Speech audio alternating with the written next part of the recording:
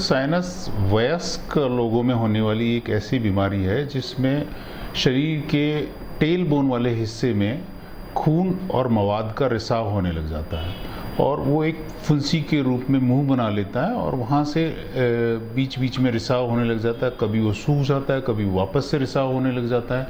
कई बार वो फुंसी कई छोटी छोटी ओपनिंग्स का रूप ले लेती है और जिसकी वजह से हालांकि शरीर में कोई बहुत ज़्यादा वो नहीं पड़ता, पर एक तरीके की मरीज को लगता है कि ये क्या न्यूसेंस है ना। मरीज को थोड़ा अनोइंग लगता है ये, है ना। तो उसकी वजह से मरीज परेशान होता है।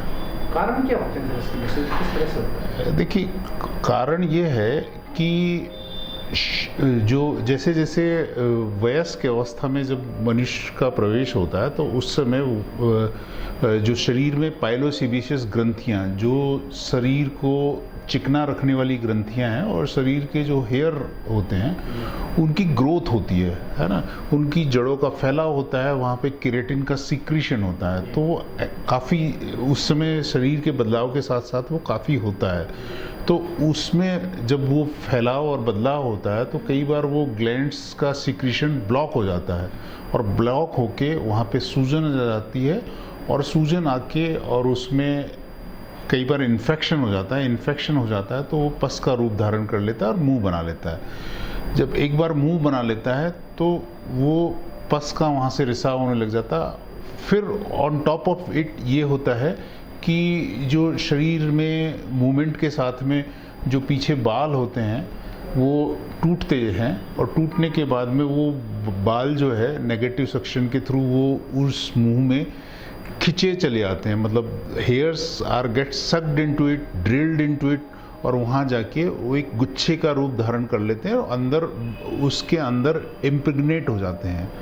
तो इस तरीके से पाइलोडल साइनस डेवलप होता है। ख़ास बात यह है कि ये पाइलोडल साइनस जो बीमारी है सिर्फ 20 साल से 40 साल की उम्र में यंगस्टर्स में ही होती है। 40 साल के बाद में ये बीमारी नहीं होती है। तो एक ये ख़ास बात है कि ये जैसे जैसे शरीर में वयस्क अवस्था के जो परिवर्तन होते हैं तभी होती है। सर, इसकी मतलब कैसे पहचान हो, इसके लक्षण कैसे मालूम पड़ते हैं कि इस तरह की परेशानी है? देखिए, एक तो ये यंगस्टर्स में होती है, मेल्स में ज़्यादा होती है। मतलब मेल टू फीमेल रेशियो 3:1 है। प्लस शरीर के बदलाव के साथ होती है। चौथा, शरीर के टेल बोन वाले हिस्से में एक फुंसी सी बन जाती है, या तो वो सूजन बन के और घाव का मवाद का रूप ले लेती है, या उसमें से हल्का हल्का ब्लड का रिसाव होता रहता है ना। तो इससे इसकी पहचान कर सकते हैं। इससे खान पान का भी कोई फर्क पड़ता है, प्रभाव रहता है?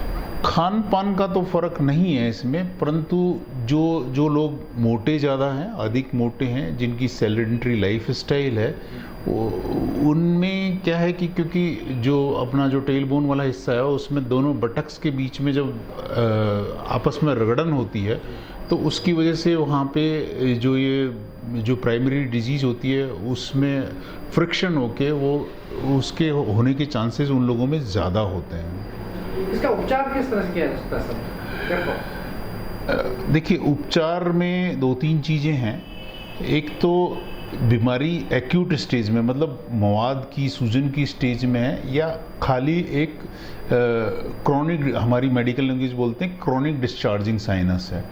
तो अगर मवाद के रूप में और एक्यूट डिजीज़ है तो उस सिचुएशन में तो आप शुरू में तो दवाई देते हैं। अगर दवाई से नहीं होता तो उस मवाद को निकाल के साफ़ सफाई करके और उसको सेटल होने देते हैं। हालांकि उसमें संभावना ये रहती है कि करीब 40% लोगों में उसमें वापस हो जाती है वो, परंतु काफ़ी लोगों में वो ठीक भी हो जाता है। अगर वापस होता है तो वो क्रोनिक डिस्चार्जिंग साइनस का रूप ले लेता है, और क्रोनिक डिस्चार्जिंग साइनस का जब रूप ले लेता है तो फिर उसकी सर्जरी होती है। जहाँ तक मेडिकल ट्रीटमेंट का सवाल है, अब जो ट्रीटमेंट है वो बेसिकली इसको 2 भागों में डिवाइड कर सकते हैं। एक तो मेडिकल ट्रीटमेंट और एक सर्जिकल ट्रीटमेंट। और उसके अलावा इससे बचाव के लिए क्या है कि बचाव भी एक बहुत ज़रूरी है। तो एक तो मैंने बताया कि ओबेसिटी एक कारण है, तो आपकी ओबेसिटी को कम करना। दूसरा, आपकी सेडेंटरी लाइफ स्टाइल, मतलब एक्टिव लाइफ रहे तो ठीक रहता है। तीसरा, जो पीछे का जो हिस्सा है उसकी साफ़ सफाई ढंग से रखें। और ज़्यादा हेयर, कई स्पेशली ये देखा गया है कि ये जो अधिक बाल वाले लोग हैं, ज़्यादा हेयरी लोग हैं, उनमें ज़्यादा होती है। तो अगर वहाँ के हेयरों की बालों की सफाई रखें तो होने की संभावना कम रहती है। अब उसके बाद में मेडिकल ट्रीटमेंट आता है। जब एक बार डिजीज़ हो गई तो ट्रीटमेंट में एक तो होता है दवाइयाँ हैं, है ना, एंटीबायोटिक है, पेन किलर्स हैं।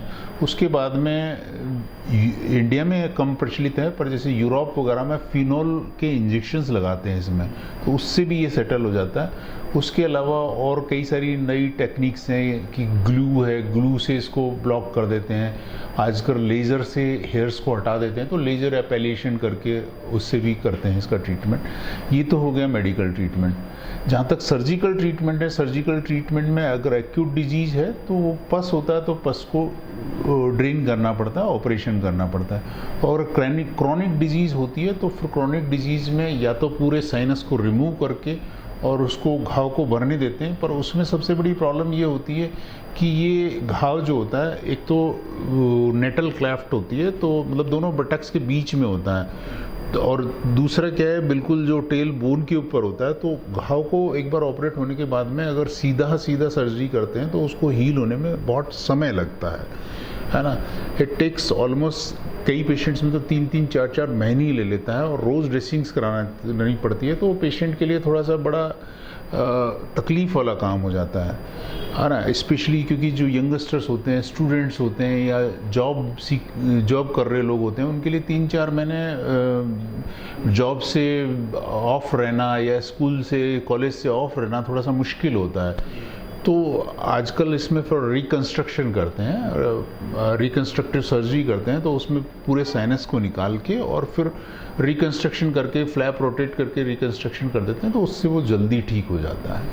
जिस तक इसका एक बार जैसे सर्जरी हो गई या ट्रीटमेंट प्रॉपर हो गया, उसके बाद वापस कितने चांसेस होते हैं? हाँ, रिकरेंस के चांसेस होते हैं, परंतु ये है कि एक तो आपने सर्जरी प्रॉपर हैंड्स में प्रॉपर ढंग से सर्जरी हुई हो, प्लस आप उसका ऑपरेशन के बाद में अगर प्रॉपर देखभाल की गई हो तो संभावना कम रहती है। ये आपने कहा कि 20 से 40 वर्ष की अवस्था में ये ज़्यादा संभावना इसकी रहती है। इसके बाद क्या, जैसे किसी को हो गई तो आगे मतलब उसकी पॉसिबिलिटी रहती होंगी कि हो जाता है वहाँ पे आने के बाद उसकी स्टेज? क्या है कि जो ये मैंने आपको जैसे बताया कि ये जो शरीर में जो वयस्क अवस्था के जो परिवर्तन हैं वो उसी समय होते हैं, तो ये फ्लेयर अप ही उसी समय होती है। 40 के बाद में क्योंकि वो परिवर्तन हो चुके होते हैं तो वो डिजीज़ होती ही नहीं है। तो साइंटिफिक स्टडीज़ में ये पाया गया है कि ये डिजीज़ 20 से 40 साल की उम्र के लोगों में ही ज़्यादा प्रेवलेंट होती है। तो 40 के बाद में तो अगर किसी को है भी तो अपने आप वो सेटल हो जाता है। अल्टीमेटली क्या मैसेज आप लोगों को देंगे कि वो अपने बचाव के लिए और अपने स्थिति का ध्यान रखें? कोरोना का भी दौर चल रहा है, इसमें क्या मैसेज आप देना चाहेंगे? देखिए, मैसेज तो यही है कि साफ़ सफाई का विशेष ध्यान रखें, अपने खान पान का ध्यान रखें, रेगुलर एक्सरसाइजेज करें, अपनी इम्यूनिटी अच्छी रखें। यही सब चीज़ें सभी बीमारियों में, चाहे वो कोरोना हो चाहे पाइलोनेडल साइनस हो, सभी में लागू होती है।